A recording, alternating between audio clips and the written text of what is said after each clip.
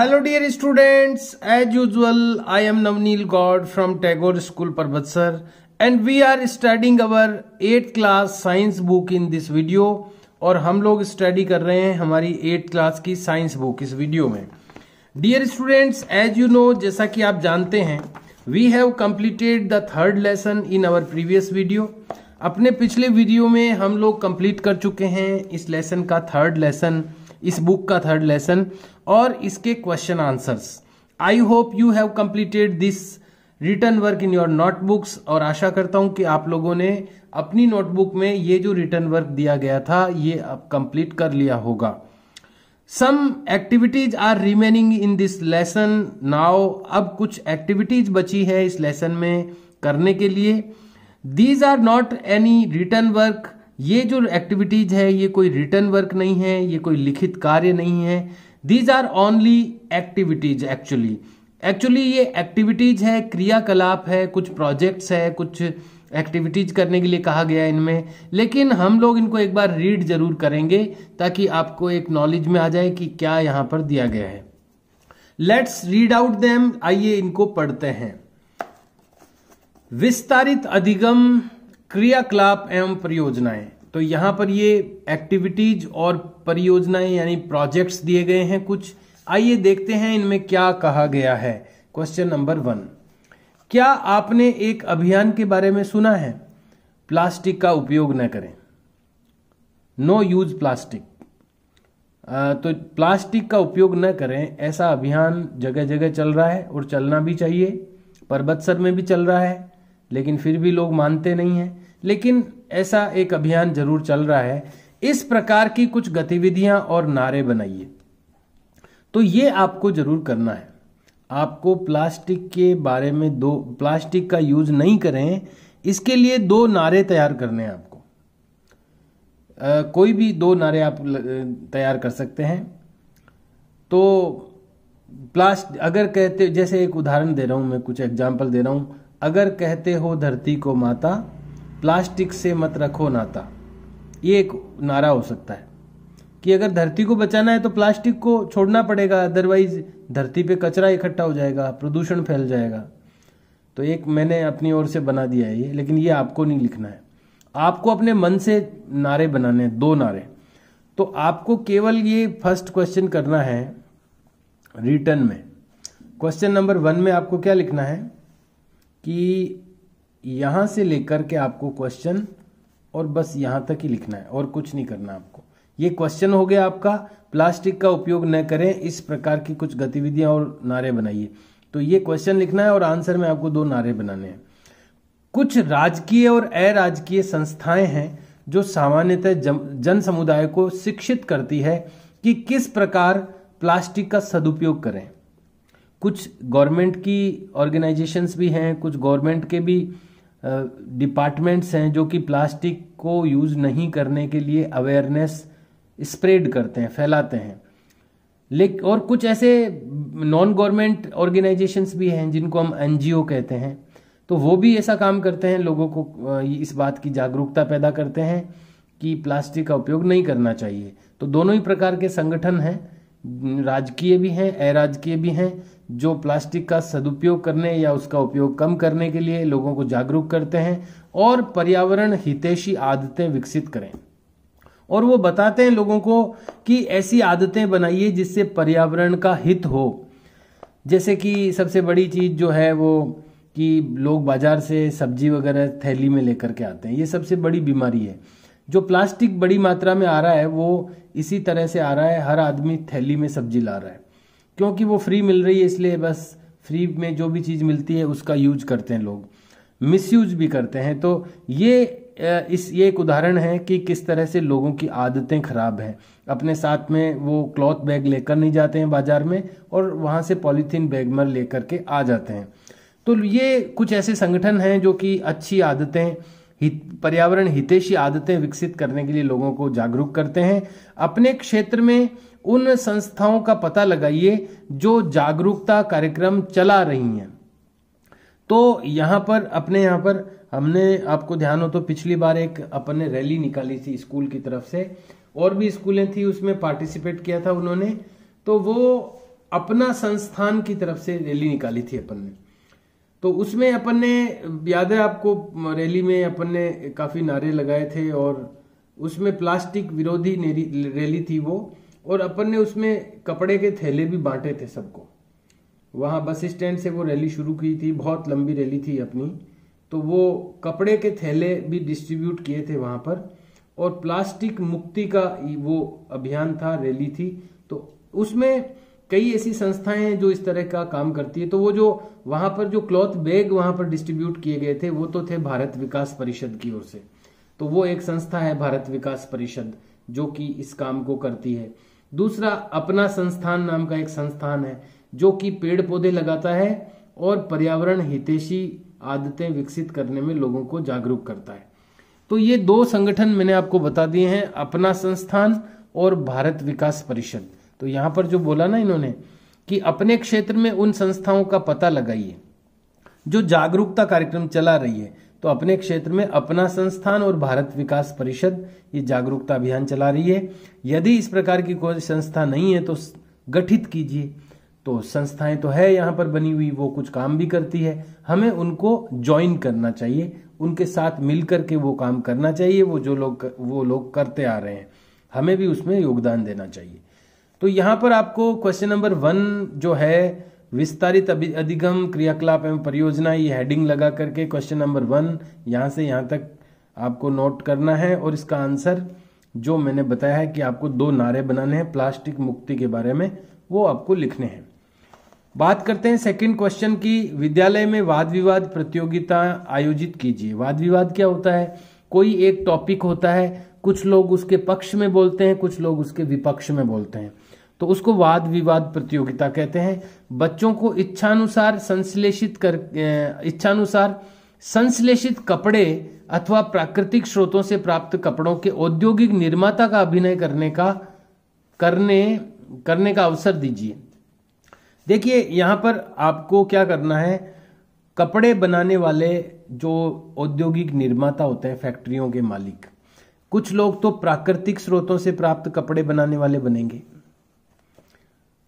कुछ लोग तो ऐसे बन जाएंगे जो नेचुरल फाइबर होते हैं, जैसे सूत है, ऊन है, ऐसे कपड़े बनाने वाली फैक्ट्रियों के मालिक जो हैं वो बनेंगे कुछ तो। और कुछ सिंथेटिक कपड़ों के जो संश्लेषित कपड़े, जिसको इंग्लिश में सिंथेटिक क्लॉथ्स कहते हैं, सिंथेटिक कपड़ों के बनने वाली जो फैक्ट्रियां, उनके मालिक बनेंगे। और फिर क्या करेंगे, वे मेरा कपड़ा श्रेष्ठ है इस विषय पर वाद विवाद कर सकते हैं। फिर वो जो नेचुरल फाइबर वाले हैं वो तो कहेंगे मेरा कपड़ा श्रेष्ठ है, और जो सिंथेटिक फाइबर वाले हैं वो कहेंगे मेरा कपड़ा श्रेष्ठ है। तो दोनों ही कपड़ों की अपन ने विशेषताएं पढ़ी है इस लेसन में। हर एक के कुछ एडवांटेज भी हैं तो कुछ डिसएडवांटेज भी हैं, कुछ अच्छी बातें हैं तो कुछ जो कम अच्छी बातें हैं या बुरी बातें हैं वो भी उससे जुड़ी हुई है। तो दोनों प्रकार की बातें दोनों प्रकार के रेशों से जुड़ी हुई है, तो इस पर वाद विवाद प्रतियोगिता की जा सकती है। तो अगर स्कूल खुलेगी तो इसका एक टॉपिक जरूर अपन रख करके इसकी वाद विवाद प्रतियोगिता कराएंगे। क्वेश्चन नंबर 1 आपको रिटर्न में करना है, 2 में आपको अभी कुछ नहीं करना है। आप प्रिपरेशन कर सकते हैं कि अगर आपको नेचुरल फाइबर्स के फायदे बोलने हो तो आप क्या बोलेंगे, अगर आपको सिंथेटिक फाइबर्स के फायदे बोलने हो तो क्या बोलेंगे, ये अपन पढ़ चुके हैं लेसन में। नेक्स्ट क्वेश्चन है, अपने अड़ोस पड़ोस के 5 परिवारों में जाइए और पता लगाइए कि वे किस प्रकार के वस्त्रों का उपयोग करते हैं। अड़ोस पड़ोस में पता लगाना है कि वो कैसे वस्त्रों का उपयोग करते हैं, उनकी पसंद का कारण क्या है। कैसे का मतलब 2 प्रकार के वस्त्र पढ़े हमने, प्राकृतिक रेशों से बने हुए और कृत्रिम रेशों से बने हुए, नेचुरल फाइबर से बने हुए और सिंथेटिक फाइबर से बने हुए। तो वो कैसे कपड़ों का उपयोग लोग पसंद करते हैं और उसका कारण क्या है, और मूल्य चिर स्थायित्व यानी क्या कारण है। मूल्य यानी कीमत का कारण है, चिर स्थायित्व यानी ज्यादा चलते हैं वो कपड़े, तथा रख रखाव। और ये भी एक पॉइंट हो सकता है कि किन्हीं कपड़ों को रखने में ज्यादा दिक्कत नहीं होती, यानी प्रेस वेस नहीं करनी पड़ती, कई कपड़ों पे प्रेस करनी पड़ती है। कई कपड़े ज़्यादा चलते हैं, कई जल्दी फट जाते हैं, कईयों के मूल्य ज़्यादा लगते हैं यानी महंगे होते हैं, कई सस्ते आते हैं। तो ये जो पॉइंट्स हैं इनके संदर्भ में उनके उपयोग के क्या लाभ हैं। यानी पहली बात तो अपन 5 परिवारों में ये पूछेंगे कि आप जो सिंथेटिक फाइबर से बने हुए कपड़ों का उपयोग पसंद करते हो कि नेचुरल फाइबर से बने हुए कपड़ों का उपयोग पसंद करते हो। अब सिंथेटिक क्या होता है उनको पता नहीं होगा तो उनको बताना पड़ेगा कि जो नाइलॉन है, जो टेरिलीन है, जो रेयोन है, ऐसे जो कपड़े आते हैं। और या उनको और सिंपल समझाना चाहें तो जैसे जिन कपड़ों में सलवटें नहीं पड़ती, जो इस तरह के कपड़े आते हैं जिनमें सलवटें नहीं पड़ती, जैसे आजकल टी शर्ट आते हैं, जो लोअर आते हैं, ये इस टाइप के कपड़े हो गए एक तो। दूसरे कपड़े हो गए नेचुरल फाइबर से बने हुए जिसमें सूती कपड़े आते हैं, ऊनी कपड़े आते हैं, ये दूसरे प्रकार के कपड़े हो गए। तो दोनों में से कौन से कपड़े वो पसंद करते हैं, पहली बात तो। दूसरा, उनको ये भी पूछना है कि कौन से प्रकार के कपड़े ज्यादा चलते हैं, सस्ते या महंगे आते हैं, और उन कौन से कपड़े रखने में, रख रखाव में यानी उनकी केयर करने में ज्यादा दिक्कत नहीं होती। तो ये आप एक सर्वे टाइप कर सकते हैं।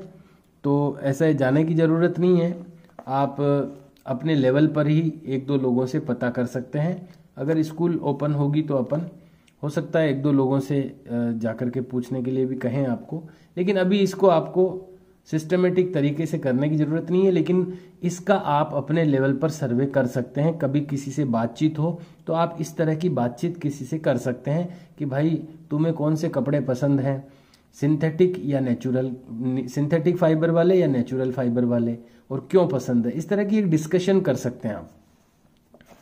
लास्ट क्वेश्चन है क्वेश्चन नंबर 4, कार्बनिक अपशिष्ट जैव निम्नीकरणीय है।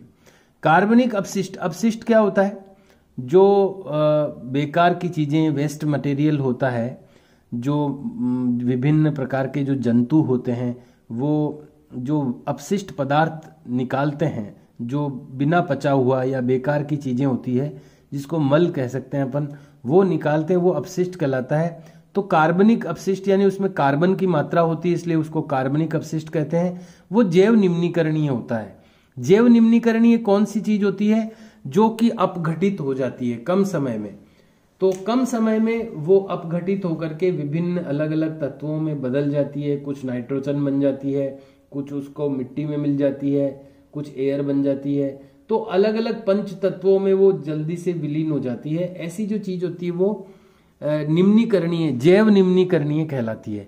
तो कार्बनिक जो अपशिष्ट होते हैं विभिन्न जंतुओं के, वो जैव निम्नीकरणीय है, यानी जल्दी से वो अपघटित हो जाते हैं। जबकि प्लास्टिक नहीं है, प्लास्टिक जैव निम्नीकरणीय नहीं है, वो अपघटित नहीं होता है बहुत सालों तक। इसको प्रदर्शित करने के लिए एक क्रियाकलाप का निर्माण कीजिए। तो इसको प्रदर्शित करने के लिए एक कोई प्रोजेक्ट बनाना है जिसमें ये आप कर सकते हैं। प्लास्टिक को आप रख दीजिए कई दिनों तक ऑब्जर्वेशन के लिए, और ऐसे ही कोई गाय भैंस का गोबर, जैसे गाय का गोबर है, वो आपने रख दिया ऑब्जर्वेशन के लिए। आप महीना 2 महीना बाद, 2 महीने के बाद जब देखेंगे तो गाय का जो गोबर है वो अपघटित हो जाएगा, वो मिट्टी में मिल जाएगा, लेकिन प्लास्टिक वैसा का वैसा रहेगा। तो ये एक क्रियाकलाप हो सकता है कि दोनों का ये दिखाने के लिए कि वो कौन सा उनमें से जैव निम्नीकरणीय है और कौन सा नहीं है। तो ये सारी एक्टिविटीज थी जिसमें से केवल आपको रिटर्न वर्क में क्वेश्चन नंबर 1 नोट करना है, वो भी लिमिटेड नोट करना है, और इसके अंदर 2 प्लास्टिक निरोधी प्लास्टिक को कम यूज करने वाले जो नारे हैं वो आपको बनाने हैं अपने मन से। बाकी कुछ भी यहाँ पर रिटर्न वर्क नहीं है, लेकिन आपके नॉलेज में सारी बात आ जाए इसलिए अपन ने इनको रीड किया है। इस लेसन के लास्ट में एक बॉक्स आया हुआ है, क्या आप जानते हैं, डू यू नो। जैसे इंग्लिश में जो बॉक्स आते हैं उसमें आता है लिखा हुआ डू यू नो, तो इसका हिंदी में मतलब है क्या आप जानते हैं। तो इसमें हमें कुछ ऐसी जानकारी बताई गई है, तो वो आप जानते हैं कि नहीं जानते हैं वो आपको सोचना है। इसमें देखिए बड़ी इंटरेस्टिंग जानकारी आई हुई है। नाइलॉन रेशम जैसा दिखता है। नाइलॉन के रेशे के बारे में हमने पढ़ा है बुक में। ये एक सिंथेटिक फाइबर होता है, संश्लेषित रेशा है, कृत्रिम रेशा है, मानव निर्मित रेशा है, और ये रेशम के जैसा दिखता है। यह प्रबल और लचीला होता है, बहुत मजबूत होता है। नाइलॉन की रस्सियां, पैराशूट के रस्से, वो सब बनते हैं इससे। तो ये प्रबल होता है और लचीला होता है। जब 1939 में नाइलॉन सामने आया तो उसके मोहक गुणों ने, मोहक गुण क्या है इसके? सलवटें नहीं पड़ती इसके कपड़ों की, मजबूत बहुत है, लचीला है, चमकदार है। तो इसके मोहक गुणों ने जनता में सनसनी अथवा नाइलॉन उन्माद पैदा कर दिया। जनता के अंदर नाइलॉन के प्रति एक क्रेज उत्पन्न हो गया, नाइलॉन के कपड़े पहनने का एक शौक उत्पन्न हो गया।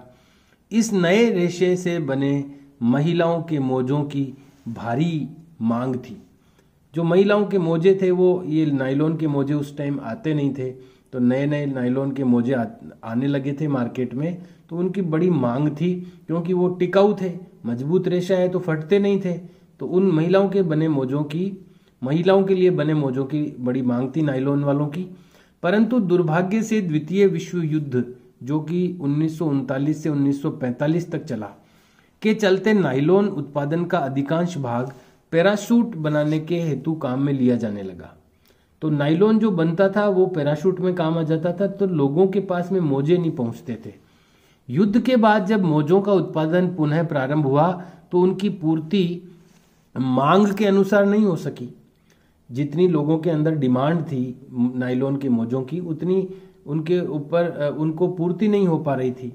इस उत्पाद के लिए एक भारी काला बाजार था, यानी ब्लैक मार्केटिंग होती थी इसकी। यानी वो जो नाइलॉन के बने हुए महिलाओं के मोजे थे वो ब्लैक में बिकते थे, यानी महंगे और चोरी छुपे भी बिकते थे। भारी काला बाजारी थी।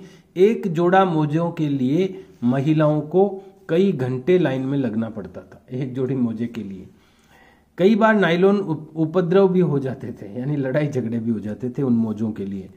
तो ये ऐसी भी चीजें हुई है कि इन रेशों के लिए, नाइलॉन जैसे रेशों के लिए झगड़े भी हुए हैं और लोग इस तरह लाइनों में भी लगे हैं। तो आज अपना ये एक लेसन का कुछ भाग था जो कंप्लीट हो चुका है, तीसरे लेसन का। और अब इसमें कुछ बचा नहीं है, थोड़ा सा रिटर्न वर्क दिया है मैंने, वो आपको कर लेना है। अब बात करते हैं फोर्थ लेसन की। हालांकि ज़्यादा कुछ अपन कर नहीं पाएंगे, लेकिन इसको स्टार्ट अपन कर ही देते हैं। लेसन नंबर 4 है ये अपना, और इसका नाम है पदार्थ, धातु और अधातु। कोई भी पदार्थ जो होता है वो दो भागों में बांटा गया है, एक तो धातु और एक अधातु। धातु के बारे में आपने सुना होगा, जो अपने लोहा है, चांदी है, पीतल है, तांबा है, ये जो चीजें होती है ये धातुओं के उदाहरण हैं, और इंग्लिश में इसको मेटल्स कहते हैं। तो ये मेटल एंड नॉन मेटल, धातु और अधातु, इसके बारे में ये लेसन है। धातुओं के क्या गुण होते हैं, अधातुओं के क्या गुण होते हैं, धातुएं किसी से क्रिया करती है या नहीं करती, करती है तो क्या बनाती है, क्या उपयोग है धातु के, क्या उपयोग है अधातु के। तो धातु और अधातु के बारे में बहुत सारी बातें हम लोग इस लेसन में पढ़ेंगे। आप लोहा, एल्युमिनियम, तांबा आदि जैसे कुछ पदार्थों से परिचित हैं। कुछ पदार्थ सारणी 4.1 में दिए गए हैं। सारणी 4.1 पदार्थों की दिखावट और कठोरता। आयरन यानी लोहा जो होता है वो दिखावट में चमकदार होता है कि निष्प्रभ होता है, तो चमकदार होता है। और कठोरता क्या होती है, बहुत कठोर होता है। अब दो कैटेगरी है इसमें, बहुत कठोर और बहुत कठोर नहीं। तो लोहा बहुत कठोर होता है और चमकदार होता है कि निष्प्रभ होता है। तो लोहा अगर उसके जंग नहीं आया हुआ है तो चमकदार भी होता है, तो चमकदार लिखेंगे। कोयला निष्प्रभ होता है, कोई चमक नहीं होती और बहुत कठोर नहीं होता। सल्फर यानी गंधक जो होती है वो भी निष्प्रभ होता है, बहुत कठोर नहीं होता। एल्युमिनियम ये चमकदार होता है और बहुत कठोर होता है। कॉपर यानी तांबा जो होता है वो चमकदार होता है और बहुत कठोर होता है। तो ये यहाँ पर जब अपन इन दो प्रकार से चीजों को देखेंगे तो दो कैटेगरी बन जाती है। ऐसी चीजें जो चमकदार और बहुत कठोर हैं, और ऐसी चीजें जो निष्प्रभ यानी जिनमें कोई प्रभा नहीं है यानी चमक नहीं है, और जो कठोर नहीं है। तो ऐसी दो कैटेगरी बन जाती है हमारे पास में। क्या आप उन पदार्थों के नाम बता सकते हैं जो धातु हैं? सारणी 4.1 में शेष पदार्थ अधातु हैं। धातुओं का अधातुओं से अंतर उनके भौतिक और रासायनिक गुणों के आधार पर किया जा सकता है। देखिए, भौतिक क्या होता है? भौतिक का मतलब होता है बाहर से जो चीज जिस तरह से दिखाई देती है वो उसका भौतिक रूप कहलाता है। भू से बना है भौतिक, यानी जो धरती के ऊपर है वो भौतिक है। भौतिक जो शब्द बना है वो भू से बना है। भू का मतलब होता है धरती। तो भौतिक का मतलब हो गया धरती पर, यानी जो सामने दिखता है, जो धरती पर है, वो भौतिक चीजें कहलाती है। और रासायनिक का मतलब होता है केमिकल। तो केमिकल से बनी हुई चीज या केमिकल से संबंधित जो चीज होती है वो रासायनिक कहलाती है। तो इनके भौतिक गुण भी हैं, यानी ये कैसे दिखते हैं बाहर से, वो इनके भौतिक गुण हैं। और रासायनिक गुण यानी इनकी संरचना कैसी है, इनके अणु कैसे रहते हैं अंदर, इनमें क्या क्या मिला हुआ होता है, ये कैसी क्रियाएं करते हैं, ये इनके रासायनिक गुण कहलाते हैं। तो ये जो अंतर है धातु और अधातु में, ये इन दोनों के भौतिक और रासायनिक गुणों के आधार पर इनमें अंतर किया जा सकता है। स्मरण करिए कि चमक और कठोरता भौतिक गुण है।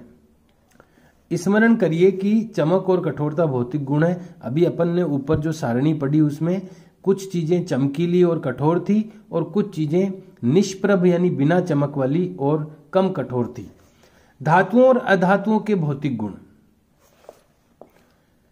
तो यहां पर हम लोग इसमें ज्यादा कुछ कर नहीं पाएंगे। आज अपना अधिकांश टाइम तो उधर चला गया है। तो आज हमने इसको स्टार्ट किया है केवल 4th लेसन को।